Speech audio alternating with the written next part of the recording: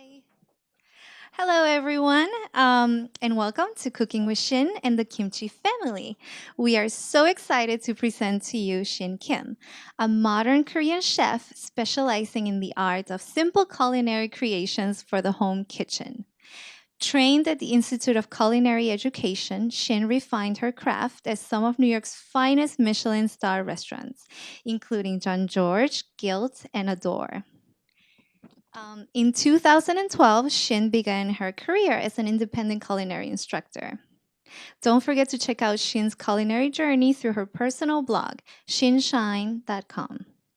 Now, outside of the kitchen, Shin is an enthusiast of all Korean culture, especially Korean dramas.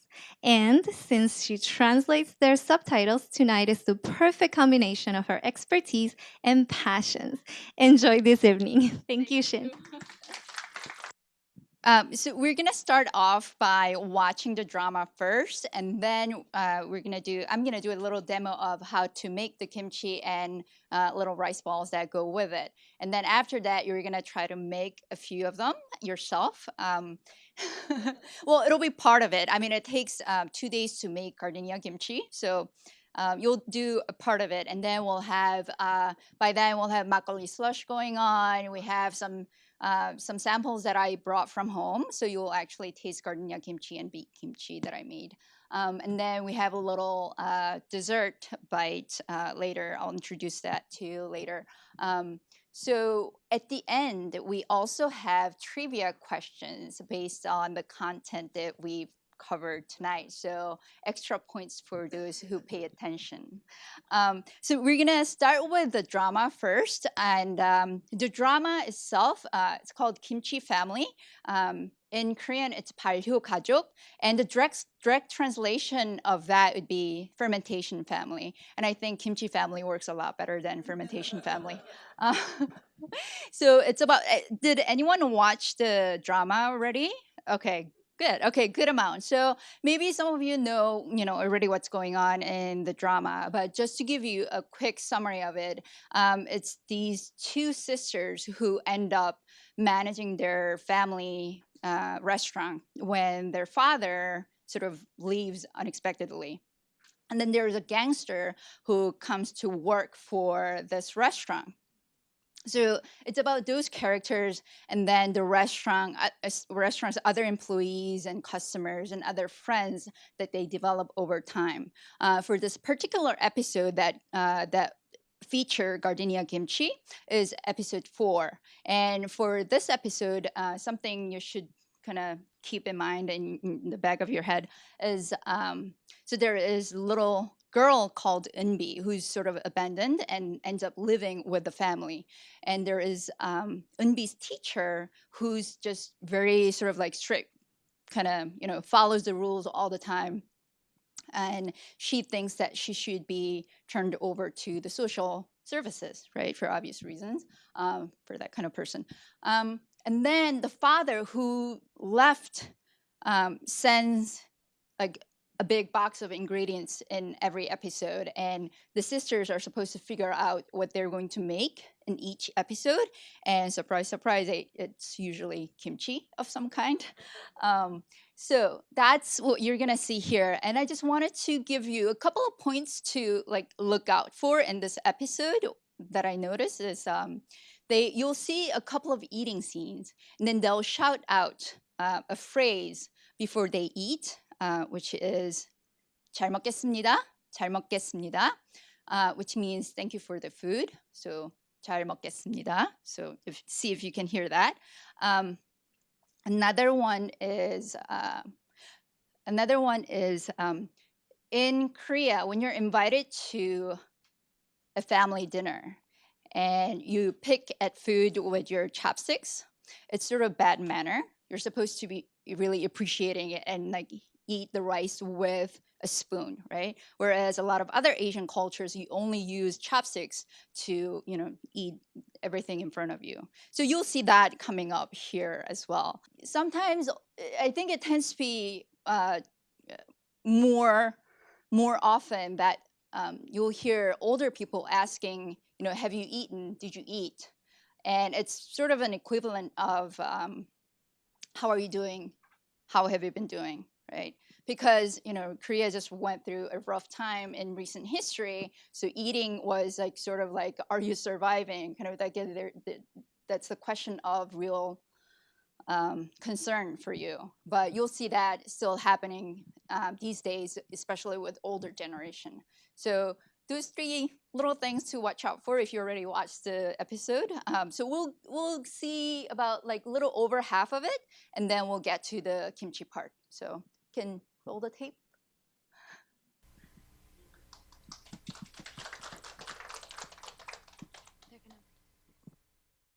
Okay, so the salted vegetables, as we think of as like the salted vegetable, just nothing more than for preservation. The first record was 3,000 years ago in China. The first record in Korea is from the Three Kingdoms period, from like 50 AD to 668. Can you tell I studied up on it? So that's when you first see the record of kimchi in Korea. And what we think of as kimchi, right, the red napa cabbage one, is actually a pretty recent one because pepper was introduced to Korea in 1600s. And then the cabbage, as we know, started growing widely in 1800s. So it hasn't been too long. Whereas, when you think of like soaked in salt brine water or just sprinkled over in salt, that comes from a long time ago, much longer than the history of the Napa cabbage kimchi. And at that time, people are guessing it was mostly radish and a lot of water based, and that's actually what we are going to make today. Depending on who you ask, there are 100 to 200 different types of kimchi. There's actually a kimchi museum in Seoul. So if you ever visit Seoul, go check it out. And when you have over 100 types of kimchi, basically you can guess that, all the vegetables you can think of, you make kimchi out of it. People use fruits to make kimchi. It could be, depending on the region, they use a lot of things that they have on hand, right? So if you go to the coastal area, they'll actually put in some actually whole fish to kimchi to flavor the kimchi. It could be water-based. It could be, not so much water in there, or it could be spicy or non-spicy. And this Gardenia kimchi is very sort of modern kimchi that you saw. It's actually patented by a kimchi company in Korea. So the company actually prepared all the kimchi for the drama. So, and a little bit of disclaimer on my part is I watched the drama myself and then developed a recipe from that. So I haven't tasted the actual Gardenia kimchi over there, but I hope it comes close enough that you can actually enjoy. So that's about, a little bit about kimchi. And about Gardenia, I think there was enough explanation on Gardenia as well. But if you could start coming up here, I can show you Gardenia, and we can do a little bit of a demo here before you go back to your seat and make it yourself. Okay, so, all right. So this is Gardenia fruits, and you saw it was dried form of Gardenia.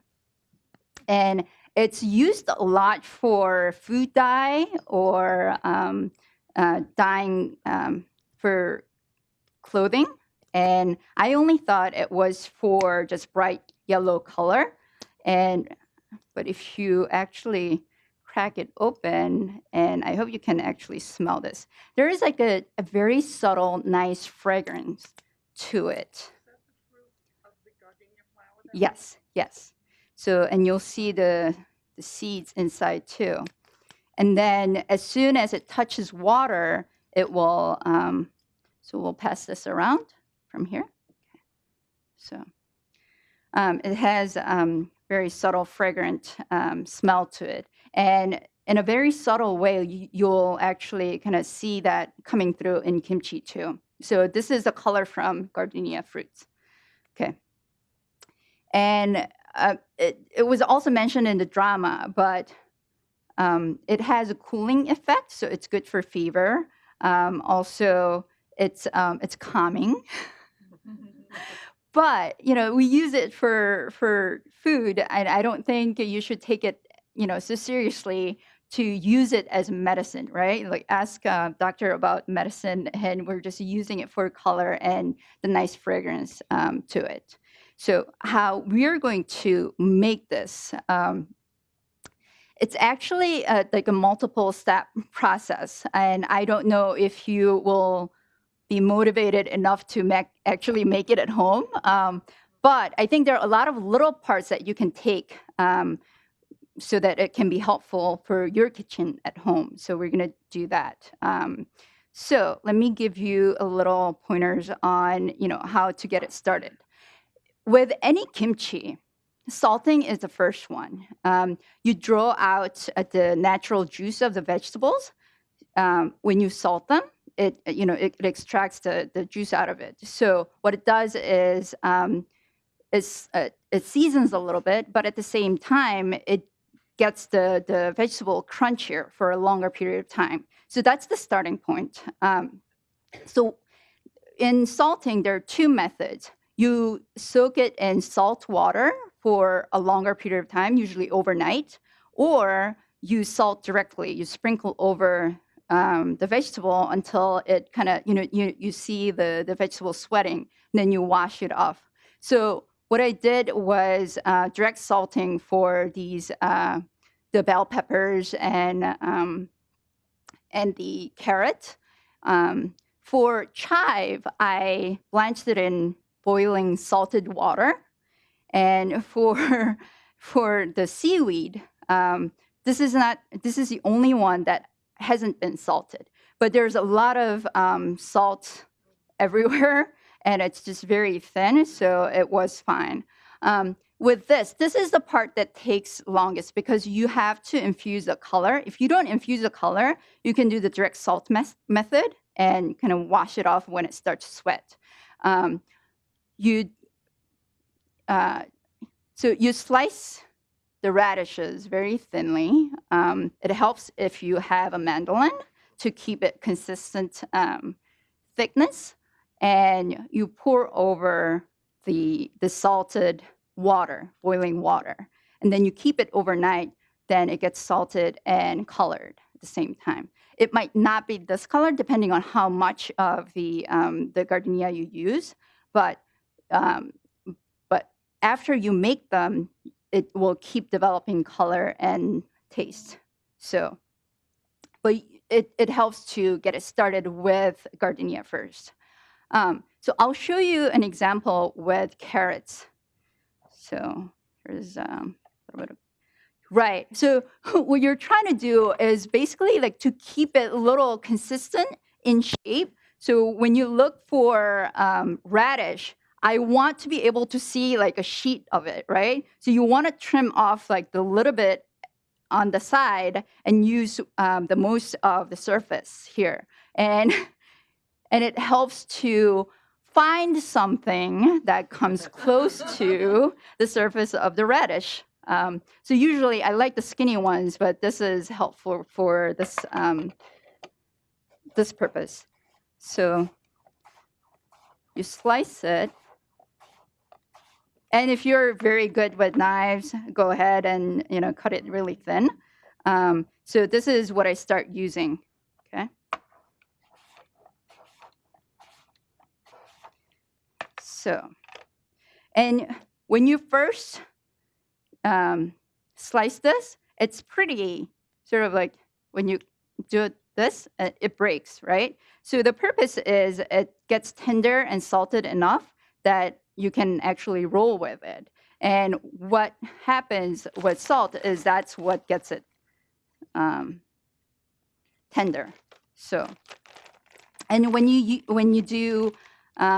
make kimchi, you always want to use coarse sea salt because it's not the point of using table salt and get it really salty, right? Coarse sea salt will stay just kind of touch the surface of vegetables to get it salty and get it sweat, and then you can wash off the salt. So you can do a little more salt if you don't have time. If you have a little more time, then like salt gently and then keep it longer. And as you see it's sweating and kind of getting tender, that's when you can wash off and start making the kimchi. And so when you have all these ready, the next thing you want to do is have the base for the broth ready, right? It's water kimchi. The kimchi broth actually tastes very tangy and sweet. I mean, of course, it's salty, but there's more to that saltiness. There's like, nice flavor coming from all around. And this is that base. It's onion, scallion, garlic, ginger. And if you want the subtle spiciness, although it doesn't look spicy, you can put in some peppers, red peppers. You can use jalapeno peppers or red Fresno peppers. It looks nice. And then you also add in half of apple. And, in baking, you use a lot of like sour apples, right? For here, the main purpose is to get the nice natural sweetness. So I like Fuji apples or Gala apples. There's nothing like Asian pear to get it really cooling, sweet, crisp taste to it. So I also add in those in here as well. So you kind of let it sit at the bottom of a container. And then what we're doing is I'm going to actually show you how to make this. I like putting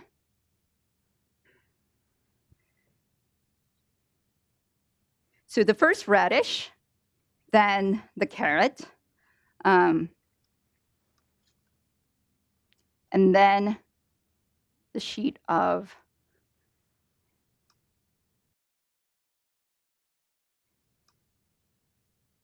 seaweed. The reason I like seaweed after the carrot is when you roll it, it doesn't look as dark from outside. So I think it's prettier. I mean, feel free to do whatever you want to do, right? And then a couple of red bell pepper. And then a couple of yellow. And then roll it. And you saw like a lot more ingredients in there. One is actually like the tender leaves of napa cabbage. It's not in season. The drama was filmed in the wintertime, and I wouldn't want to use napa cabbage so much these days. So I'm going to skip a couple of ingredients, and this is sort of what you can make. And this is chives, obviously. Then you can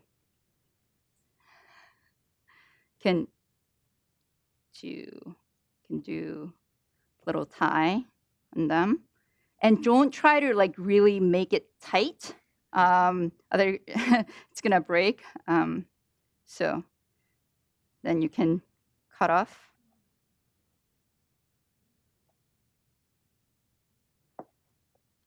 the ends. So that's the roll. Okay. And then I just wanted to show you an example how quickly it starts to sweat. And then you'll see it's already tender because it's very thin, right? It's already cut very thin. It's easy to handle at this point. And then I'll wash up the salt and sort of like pat dry with paper towel and then use it from there. So, and then all these will be on top of the base. And then the water that you actually brine the radish sheets, you'll boil that again, add a little bit of sugar and add salt, because when you put the radish sheets to infuse in the first place, then the water from the radish comes out too. So it's not as salty the next day when you're trying to use it as kimchi broth. So you boil it again with a little more salt. And then after you're done making kimchi full of the container, then you pour over that broth again. and then leave it out for a day or two, maybe 3 days, depending on how hot or cold it is. And then you'll be able to put it in the refrigerator. And it keeps, I want to say, about a month, which is actually less than usual kimchi storage period. First of all, because it doesn't have pepper flakes, which has capsaicin, which is a natural preservative. And also the salt content, compared to way, long ago when it was mainly for preservation, it was a lot saltier. Now the salt content has gone down. So I would say about a month. And I actually made this kimchi about a month ago. And right now it's actually perfect. So it tastes pretty good. And then I made the yellow one, the Gardenia one, with seaweed inside, as you saw on the drama. And with the seaweed, there's like a little bit of slippery taste to it. Just letting you know. And you'll get a taste of it a little later. And it's, again, this was a kind of creation by a kimchi company. And I think it makes sense. It's actually surprisingly good. But for some people, it's just, like seaweed doesn't belong in kimchi. So here's another way of making sort of, it could be just a vegetable rolls, right? The pink color comes from red beet. Do the same thing, but instead of gardenia, you'll use red beet, right? And then the red one doesn't have seaweed. So just so you know when you're tasting it later. And I added a couple of pepper slices. So it's slightly spicy. If you are allergic to heat, then don't eat it. But I don't think it'll harm anyone tonight. So, and then, as you can imagine, there are a lot of little trimmings of vegetables when you make this. So what do? Well, tonight we have rice rolls, right? So we're gonna make rice with kim, which is seaweed, dry seaweed, and also with tofu pockets. So I have here the rice that I made. When you make rice rolls or rice balls or like anything that sort of like transferable, edible, when you season rice, you should season it right away when it first comes off the heat.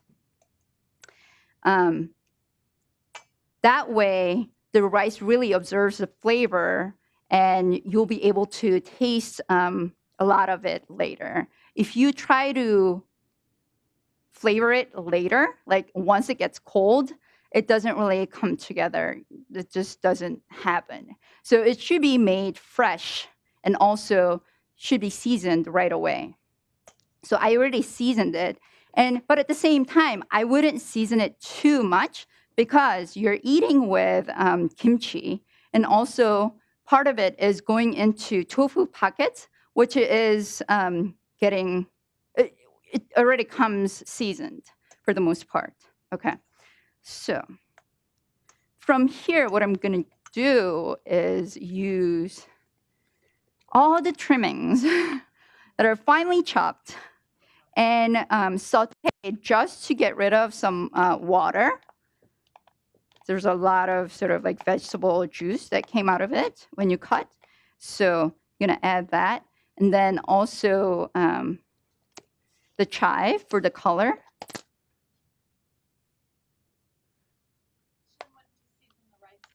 Oh, it's rice vinegar, sesame seeds, very little bit of salt, and pepper.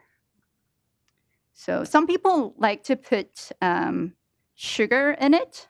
I don't like using sugar so much.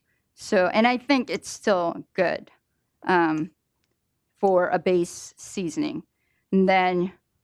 And it just becomes very colorful, and I think it's just more attractive for you to kind of taste, right? So I'm going to divide this rice. so that you can make the rice balls yourself. And you can just kind of shape it together as a ball. Okay. Show you also. Did everyone smell the gardenia? Okay, so in Korea, that's a little problem for you, right? To get the yellow color, you can also use turmeric. That's very easy to find, and I'm just gonna show you. So as soon as it hits water, it turns yellow. Okay, so I'm going to dip. I've been washing my hand all day, well, since yesterday, so I hope you don't mind. I just want you to make like a small portion of it, so it's more of like a bite size. And then when you hold it together, kind of press it gently so it keeps together. If you just want to make, just round shape, it kind of falls apart. So make sure you squeeze a little bit before you try to form it as a ball. Okay.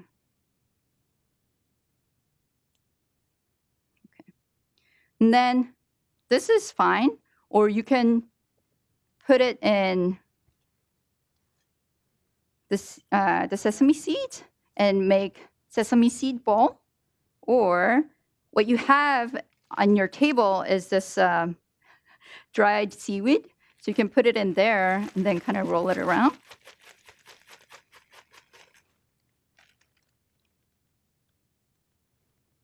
So there you go. That's an easier version of that rice roll. That's usually kind of scares people a lot. So, okay, there you go. So we're gonna make the Gardenia Kimchi, the rolling part of it. When you go back, you'll have a Gardenia Kimchi kit.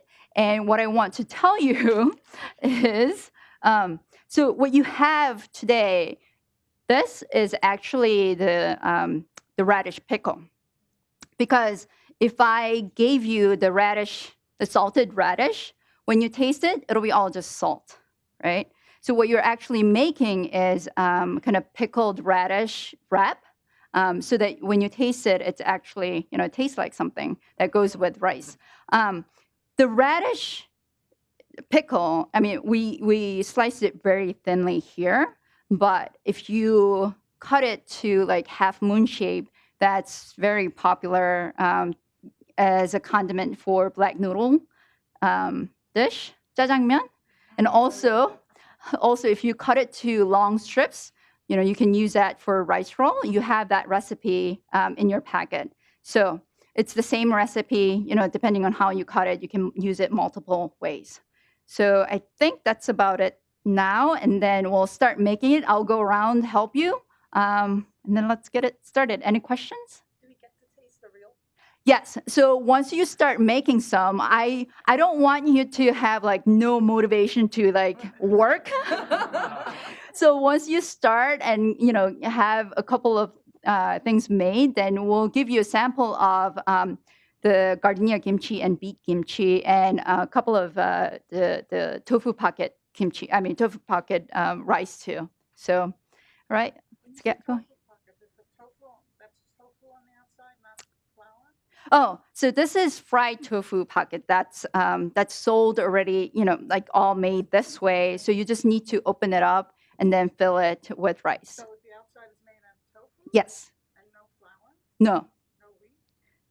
No wheat? No wheat. I don't know. Well, I have a package here, so you can take a look. So yeah, it's usually all kind of seasoned or the pockets of seasoning comes with it. So if you don't really care to do all these chopping vegetables, you can add this, and this is it's already ready-made seasoning. Yeah, just add that in, and then you can make the rice into pockets. So, yeah. So I have the ingredients that I used here, just in case anyone's interested. But wakame comes out this thick? Because many of them you buy are kind of shriveled, like ends and bits and pieces. Yeah, so that's what I had. So my poor sister yesterday was the labor behind, like we soaked it and then I showed one to open it up and then like cut it to specified size. So kudos to my sister. So So if you open a regular wakame, it turns like this? yes, well, it depends, right? If you have like bigger pieces, once you soak it, if you have bigger pieces, then you can you can cut it to that big one. So okay. To buy certain type of wakame, I think. Well, yeah. That Well, one looks like that. right. So I already know because I've done it so many times at this point. So if you open this up, once you soak this, open this up, this will open up big enough for the size. Like this, I doubt it, right? So, okay. What's the good ratio with salt and water when you make a salt water? Okay, so for this one, it's not that much, but it's very salty. I think it's about 2 cups to 1 tablespoon of sea salt, or 1 to 2 tablespoons of sea salt. So when you taste it, it should taste like seawater, right? And then you add a little bit of sugar to that. Okay. Anyone else? You can ask questions when I come around. So. Yep. All right, let's get started. And I'll give you the rice in a minute. I'm hungry. Yeah. So we're giving out rice right now so that you can use the tofu pockets and also the bags of dried seaweed.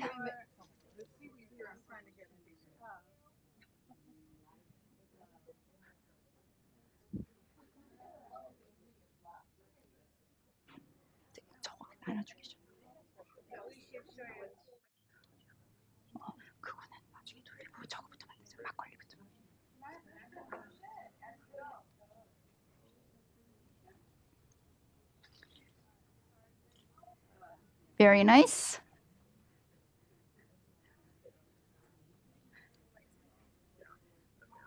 There isn't really much I need to help you with. Thank you.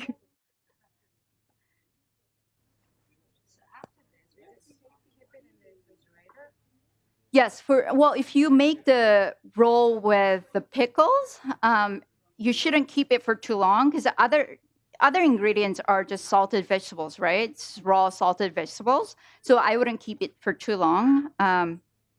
But if you make kimchi, you keep it out to ferment, right? So the fermentation is when you develop the tangy flavor.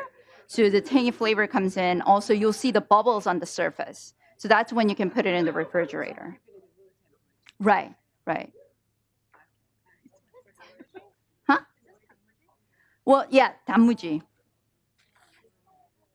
Tanmuji made with the Gardenia. Yes. So I'm getting a couple of questions about same questions. The radish sheets that you have is not store bought. You see that a lot, and you can buy it in the Korean grocery stores. I made it yesterday, but it's with Gardenia, so it's yellow, but with Gardenia. Just so you know.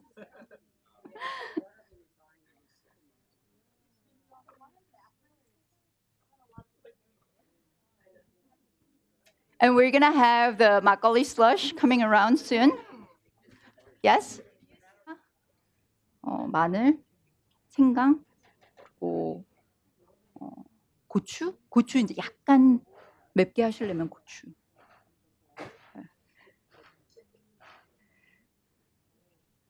Do you taste the kimchi? And you see the difference between the pickle that you make and the kimchi that's developed, right? Okay. And do you have a favorite between the beet one and Gardenia? I like the little bit spicy. You want? Yeah, a little bit spicy. You can taste a little spicy, right? Okay.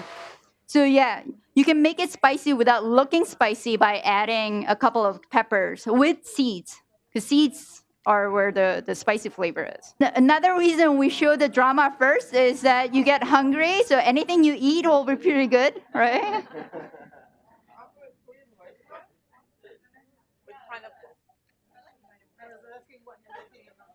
Oh, so in the blender, what we're making is makgeolli slush. Makgeolli is unfiltered rice brew. It's very popular in Korea. So makgeolli is only about 6% alcohol, similar to beer. And we're adding frozen pineapple chunks. So this is makgeolli.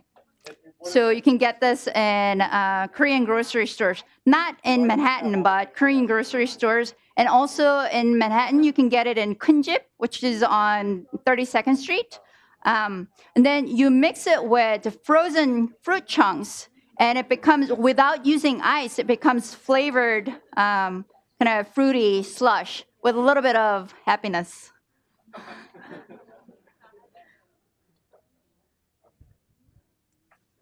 So that's what's going to be served soon. And also, I have a little bite of what I call as triple lemon cake. It's just like one bite that I made out of rice cooker. So you can make cakes out of rice cooker. So you'll taste that and tell me how it is so that I can put it on my blog if it's good enough. So.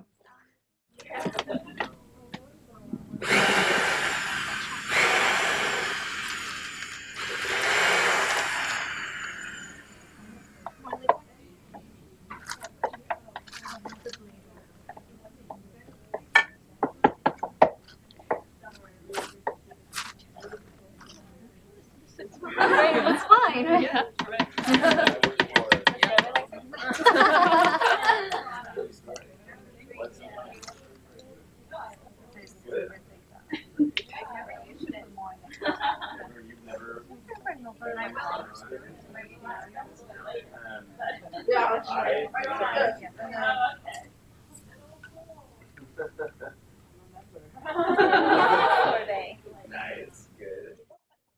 Oh, yeah, I have one. So, okay.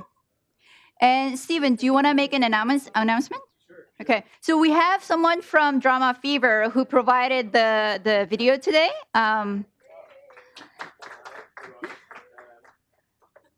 So next Wednesday, DramaFever is having a meetup in the West Village-ish area. And thank you. Can everybody hear me? Is that the mic? No, you should use the mic. I should use the mic. Okay, does this help? Yes.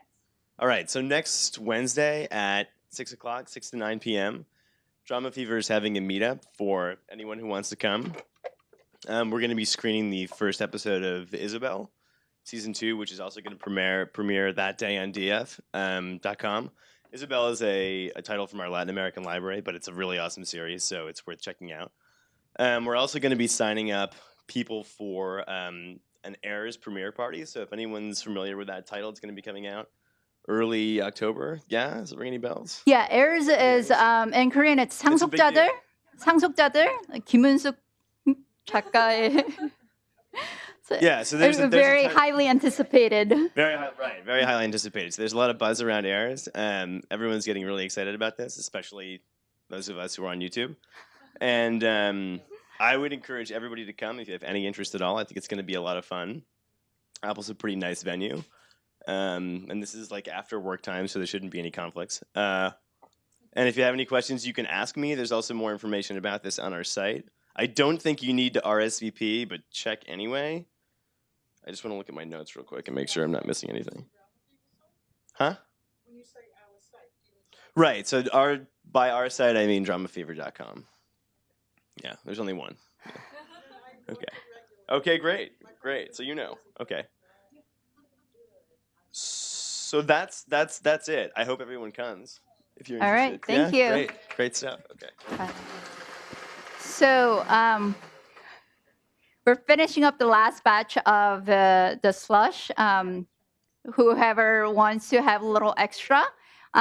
couple of things we still have left is the triple lemon cake here.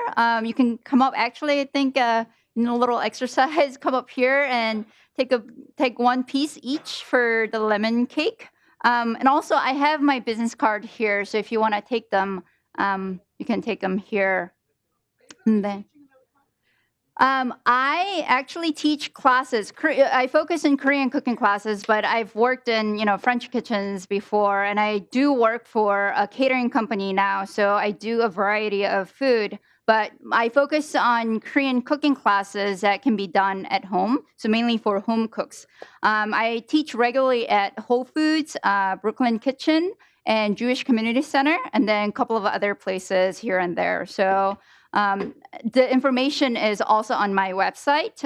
You can check it out. And it's usually sort of like a home favorite or kind of take an easier or simpler version of, what's really popular in Korean food. So you can check it out from my website. I have a lot of questions. Okay. Yeah. Well, like I was watching there for whatever the other day, and it's all about food now. Mm-hmm. And so one woman says, well, for this food, I use 12-year-old bean paste. For this one, I use 3-year-old. Right.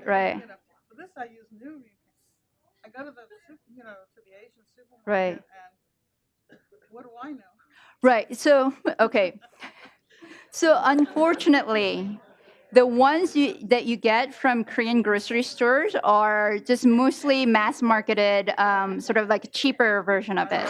When you see a house in the drama like that, they have, fermented paste by ear that goes back to like 10 years, right? So, but which one would you recommend that I get? Okay. So, gochujang, which is red pepper paste, you can come around and take the. Okay. I'm sorry. That's okay. Is there flour in this, or is it just? Yeah, it's flour. Okay. So the question that just came up, how do you know which one to get for doenjang, which is fermented bean paste, or gochujang, which is red pepper paste? Is there are so many different kinds, all mass-marketed version of what you can get in New York. What I look for is when it says 100%, even without knowing Korean, right? When it says 100%, it means they're proud of something they put in 100% of, right? So I go with 100%. And what it usually means is 100%, Korean-produced pepper, Korean-produced rice that goes into it. So I think that's what you can look for. And also, if you know the character for nothing, so either like everything or nothing, right? All or nothing, 100% or nothing means like no preservative or no coloring, nothing bad. So that's what I would look for. Even for me, it's hard to tell how they're all different. And also on the back of the jar or the little bucket, some have heat scale for red pepper paste. So if you go for the medium heat scale, that helps, right? You don't want it too hot or too mild. Then you'll have to add more to it. But it has very pasty, fermenty taste, as you add more. So I'd look for the 100%. Or if you kind of can figure out nothing character in Chinese, that helps, and also the heat scale for red pepper paste. So that's sort of like an easy kind of cheat sheet for how to pick red pepper paste and bean paste. That's it. So I'm sorry. How much red chili did you add to make that heat level? Because I like that sort of mild, but still not too crazy heat. So that's the actual red pepper. But how much? It's because I made a big batch. So I put in I think 3. But based on this recipe, about how much? I would say 2. 2 long big ones like this. Yes, but it also depends on how spicy it is, right? Taste a little bit. If it really burns your tongue, then I would go down to 1. But if it's depending on the pepper, it could be pretty mild. Spicier than green, or is It depends. Well, if you use red Fresno one, it looks like jalapeno. It's about the same heat scale as jalapeno. Yeah. So and it's also, I think for red one, keep like everything red would be nice. So So red is less spicy, it's hot. it's about the same as jalapeno. Okay, so it's mild. Right. Well, depending on who you ask, right?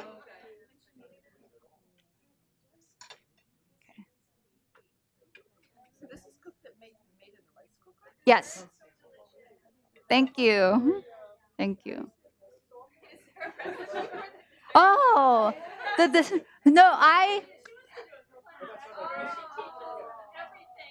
rice cooker. All right, so it worked. You're right. So the rice cooker class will be coming next. But no, I was actually working on this recipe, so I'm gonna put it up on my blog soon. And it would be very encouraging for me if you could put a comment on my blog how you liked it. If you didn't like it, tell me. Don't put it on. Right. So yeah, I'm gonna, of course, put a post about this class. So if you could say nice things about the class and what you liked about it, I'd really appreciate it.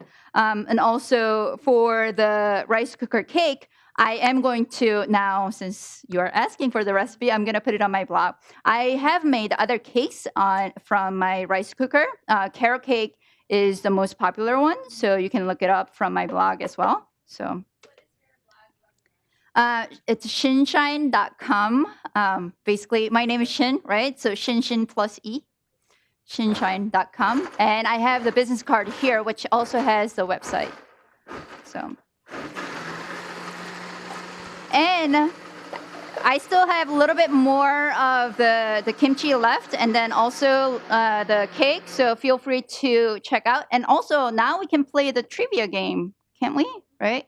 You have the questions? Okay. All right. Okay. All right. So for the prize, I think we need to give them a little incentive. For the prize, we have 2 DramaFever t-shirts and 2 New York restaurant guides. Okay. Korean restaurant guidebook. Korean restaurant guides. So, okay. I think we'll go for... okay, you can hold it. Okay. Now, 4 questions, right? The first one, don't say whoever has a hand up first, I'll have them answer. How many types of kimchi are there? So the pink shirt, please. At least 100, correct? Any preference for the guide book? Okay.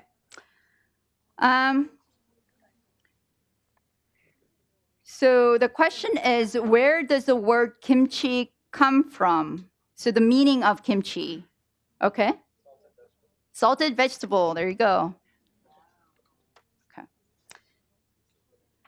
Okay. How old is the tradition of eating kimchi, as in, from the beginning? Okay, you're there. Very good. Yes, that's the first record of it. Okay, so you have a DramaFever t-shirt. And then one from the drama. Okay. What is the meaning of gardenia?